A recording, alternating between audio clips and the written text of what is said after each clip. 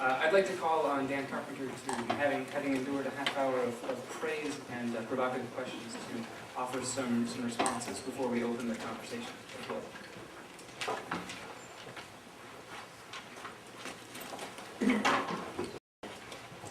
Well, thanks. These are three people who read the book, and had they been required to do so, I think I'd be up for prosecution on some human rights violations. It is a weighty tome, and I appreciate the attention you gave to it. I'm just going to make this really quick, just a couple of quick things.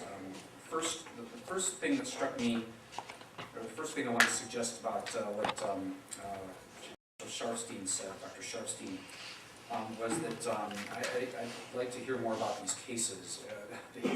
I found myself really disturbed by them. The limits of at least neo-libertarians' attempts to construct a right of free speech and to employ or deploy that right of free speech with respect to all things commercial is really, I'll speak to the normative here, stunning, very troubling, and very worrisome. Not least had the early republic of the United States been witness to these kinds of commercial speech protections to advertising and things like that, a wide variety of colonial, or not just colonial, early state regulations of law, fire hazard, fraud, and a wide variety of other things declared unconstitutional well before the 14th Amendment had something to say.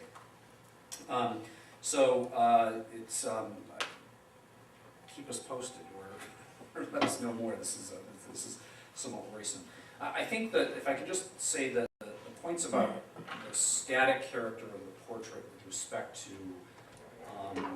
revisitation constraints and ambiguity, I think are fair to say that if you take reputation seriously, at a point you can get too ambiguous, and at a point you can get too reluctant to revisit, and that moves in the opposite direction can be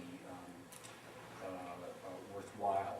My general argument, I think, would be as a characterization of the period 1956 through 2005, which was far from a static period, that there were certain built-in protocols to the FDA and certain sort of logics of audience, different audiences, constantly changing audiences, but many of which led the FDA to probably, or led many of its officers, particularly in the Bureau of Medicine, Bureau of Drugs, whatever it was called at the time, to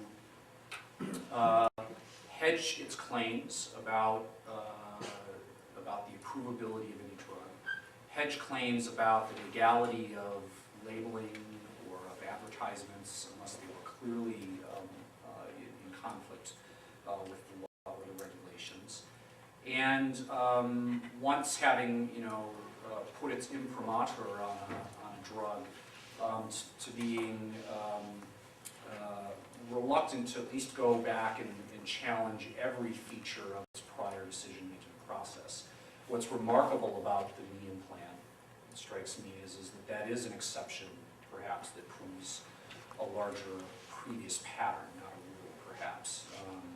And that's one of the risks of writing a book like this. The minute I dropped the last period on the word processor and sent it off to Chuck, who had been telling me to do that for some number of years beforehand, I knew that events were going to undo my own tale, and I think this was an example. But I think you're right, and further research on kind of the cycles by which agencies move back and forth between proper, strategic, and even normatively appropriate ambiguity and revisitation constraints and transparency. I mean, I don't think ambiguity is necessarily always bad. I mean, a student comes to me and says, "What can I do to, get an A on this paper?"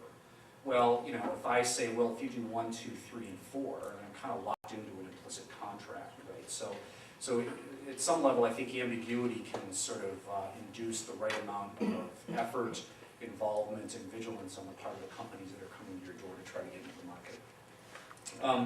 Charles's, I first want to say I greatly appreciate the characterization of this as a deeply historical book, probably of all the social sciences.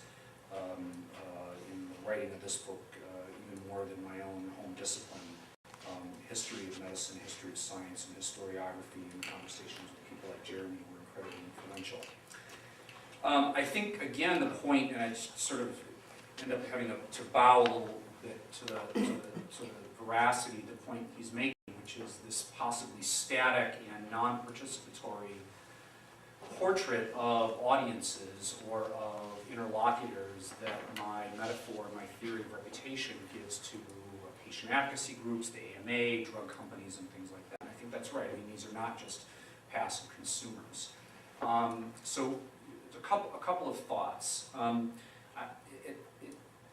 the extent that I think there's a more active role for the audience in this sort of way of viewing things, I would sort of view the audience in the way of a sort of a Sophoclean tragedy, one that actually sort of participates in the unfolding of the performance and is not merely a consumer to the performance itself. And that, not unlike Sophoclean tragedy, can actually throw the performer off on occasion in a way that's kind of built in. But to be honest, I didn't really sort of make that connection deep and clear. I would still, I would resist a little bit the ecological learning, although I think it's something I would need to look into, and I think others that are inevitably going to follow on this book in a superior way would need to look into.